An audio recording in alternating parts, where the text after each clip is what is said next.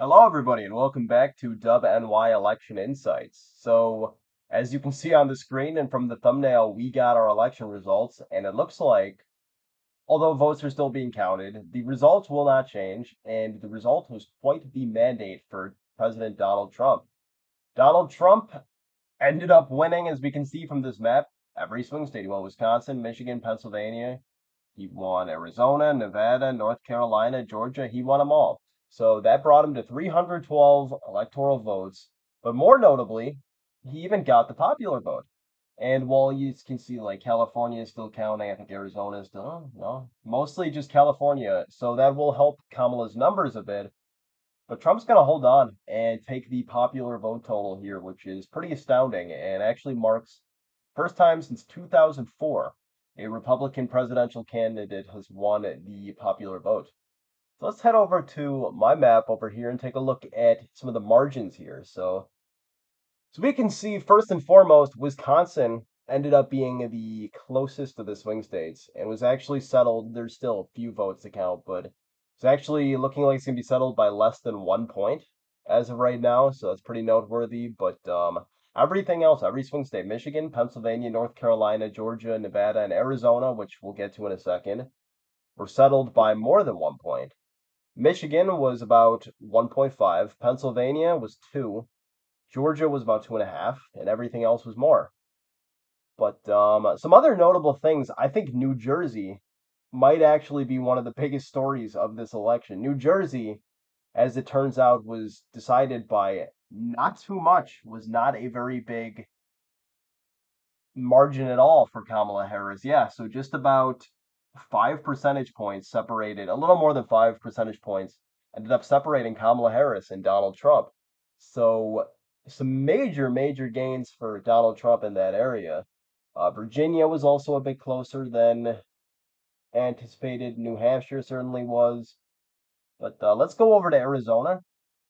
Arizona is interesting because it was the most rightward of the, I guess, swing states, which pollsters actually did project and predict. But it ended up voting for Trump when it's all said and done by probably around 5 to 6 points, which again is interesting because Arizona is about to be about as red as New Jersey or perhaps even Virginia. Just very, very good numbers for President Donald Trump. Some other areas he made gains, Minnesota, that was a likely blue state in my final prediction, turned out to be lean. Illinois, I didn't mark as likely, but it could certainly be characterized by, whoops, sorry, a likely margin because she ended up winning that by only about 9 points. Pretty astounding. Big gains for President Donald Trump there. But New York was another one. I mean, Biden, this is a state Biden won by about 23 points. Kamala Harris won it by about 12, 13. So just big gains for President Donald Trump in the Northeast, in the Midwest, and another state we're going to get to. You can see both Texas and Florida in solid red colors. And you're probably wondering, why is that? I thought those were likely red states. Well, so did I. And we had those as likely red states. I had them as a likely red states, in my opinion, going into this election.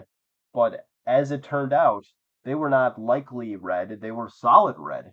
Texas was won by President Donald Trump by about 13 points, and Florida was just behind it at about 12 and a half, right around 13. So you got to bear in mind, Biden lost Florida and Texas in 2020, but the way he did it was far, far differently. Florida was decided by about 3 points in Trump's favor in 2020, and Texas was 5.5 points.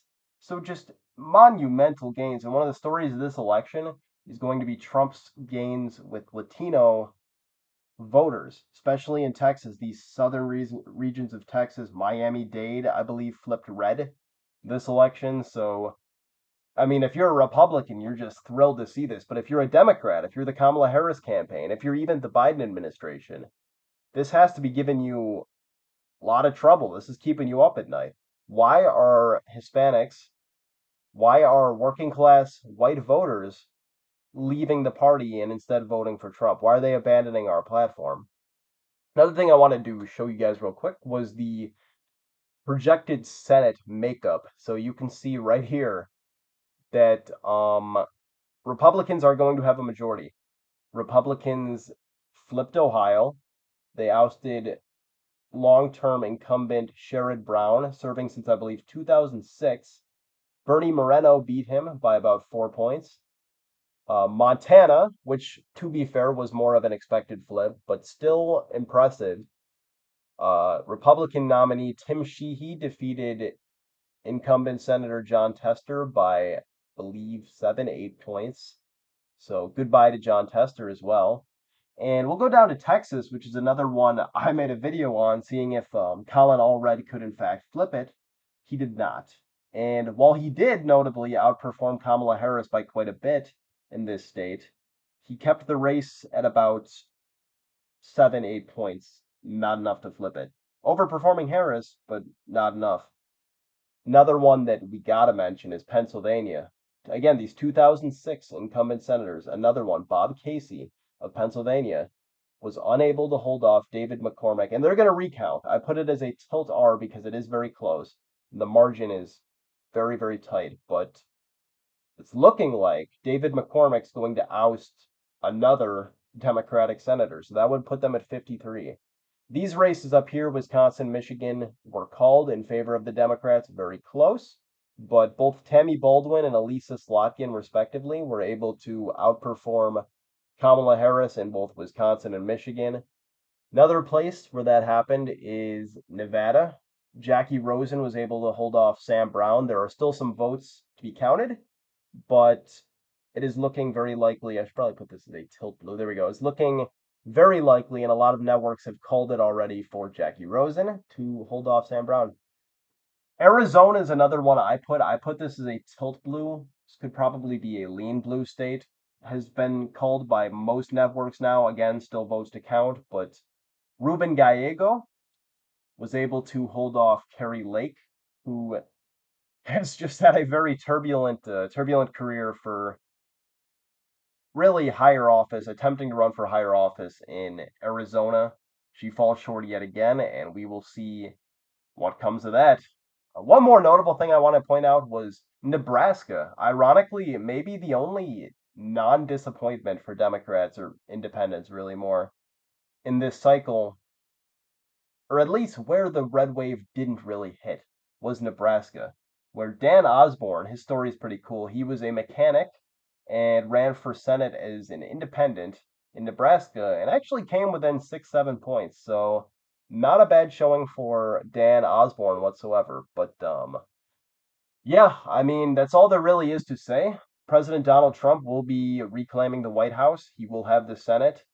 We do not yet know what the House is going to look like. It is most likely going to go to Republicans, but it's looking like their majority could be very, very small. So we may cover that in a future video, but until then, thank you for watching. We're going to have more on future elections, future news about the Trump administration, and perhaps what action the Biden administration will take in their final days.